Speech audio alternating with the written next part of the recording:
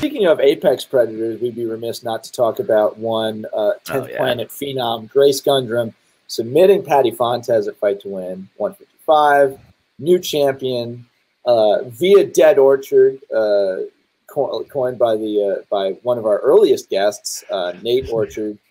Did you end up seeing this match? You know what? I haven't seen it, but I read your breakdown of it, and it seems to be very typical of the typical Grace Gundrum match. I mean, she pulls guard, closes her guard up, locks somebody down in her ridiculous pressure that she doesn't. You look at her, she's some little, she looks like something out of a Japanese horror film, like little small, like frail thing, and her ability to be able to lock people down and pull them in and control their posture is just otherworldly. Real quick, brief shout out to a teammate of mine and someone that haunts my nightmares on a pretty regular basis. Gabby Etzel was also on the card, had an amazing finish. Just love the armbar, amazing finish from her, and she is terrifying. She's actually working in a haunted house right now, scaring people with how good her closed guard is. Oh my God! Is that Gabby's closed guard? Oh no, I'm done. I'm trapped. All the terrified white belts and blue belts. Oh, dude, purple and brown belts too, man. She doesn't discriminate. But yeah, so this was just an amazing match, and I think it's funny to see this current resurgence of 10th Planet standouts with dynamite finishes. We had Keith Krikorian just got promoted after his win. John Blank, Grace. What do you think? Or is this just is this just a natural, like, some teams are on top, some teams are on bottom for a while, or like are we seeing some new stuff from the 10th Planet crew? I'm happy to see 10th Planet getting their place at the table again. They've been doing it for a little while, but it's good to see them get acknowledged for they are.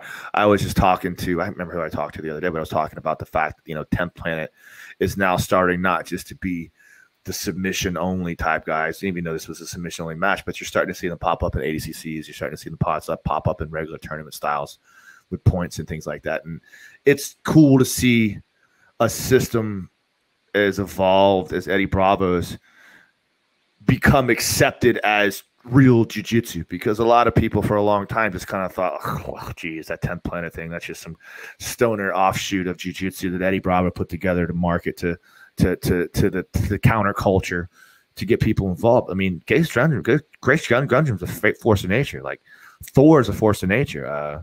Who's the other cat who's got his black belt? Keith Krikorian. Keith Krikorian. He's a force of nature. Like, these guys are amazing jiu-jitsu practitioners on all levels. Another thing, just to kind of bring it up for a second, is Zach Maloney. I follow him on Instagram. I've had him on the Old Man Grappling Hour before. Like, his name should be spoken more as an elite level coach. Like, that grace comes from his school.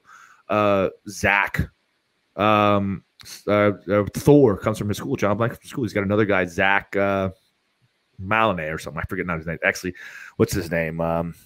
Big tall kid. I can't think of his name. He's going to be pissed off because I think it's Sergey Zachary or something like that. I rolled with him over at Thor's place. He's another guy out there on the no-gi scene all the time. But like, whatever they're doing up there in Bethlehem, Pennsylvania, I think they're at, like, they're doing the right thing, because they're putting out some really good talent. Maybe we can get Zach on here one day. No doubt. That would be an awesome guest to have. But I think it's kind of cool that I didn't plan this, truthfully, that we're talking about Khabib and his dominance, and then we move on to talking about Grace, just because, again, very similarly to Khabib in MMA, he's going to get the takedown. He's going to either just beat you to a pulp, get the decision, and he's going to look untouched while you look like a mangled fruit, or he's going to get the submission on you just because his pressure is incredible.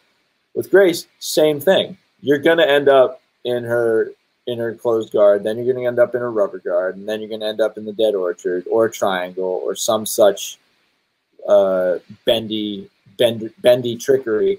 Do you think it's appropriate to start talking about her in that way? I know she's young, she just got her black belt, but it's truly, she's taking that move and lighting the women's, like, sub-only scene on fire with it.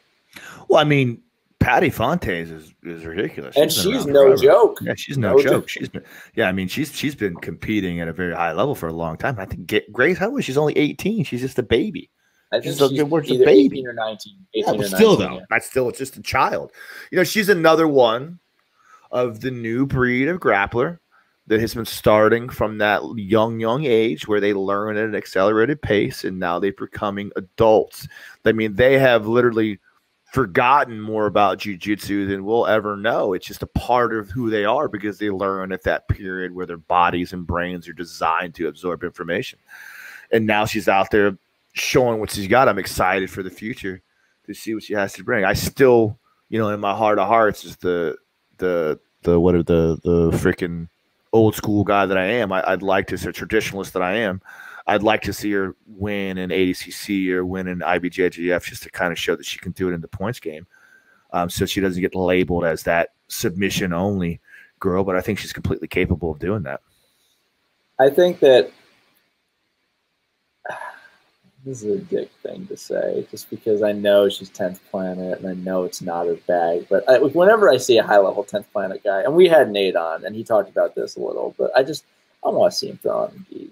You know, I want to see him throwing. I just want, you know, just like, dude, I'll say this all the time. And again, the more and more I read up on the history, that if you got, we'll say it again. If you haven't read Opening Closed Guard by Robert Drysdale, you're missing probably it. Maybe next week we'll be doing that. Yeah, I'm almost through it. I've got I'm about 200 pages in. I'm going to dedicate myself to try to knock that thing out. Oh, right on. I can't wait to talk to you about it. It's really good. But I'm about halfway through it.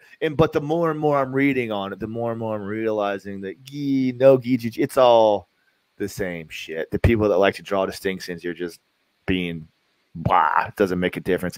And in that same frame, like the 10th Planet people, if they ever put a gi on, like if you took Grace or you took Nathan Orchard or you took Boogie and you put him in a gi, like they would be a slight learning curve for them, but eventually it's all jiu-jitsu. They're going to figure out how to maintain and control this. Instead of a meat hook, they're just going to grab that lapel and rip it over. And I think we start suddenly seeing like an influx of 10th Planet people just dominate like gi tournaments just because now people got to deal with some stuff that they weren't dealing with before. And, yeah, it's just not, okay, we can't heel hook, but we can do all this other stuff. I don't get it myself. I don't understand why people are like, oh, no gi is this, or oh, gi is this. It's just jiu-jitsu, man. I don't know why you can't, you know, find it in your heart to do both. But it's all love and jiu-jitsu. It is what it is. I think it comes down to more than anything marketing. It's just my opinion, but whatever. No big deal. Move on with it.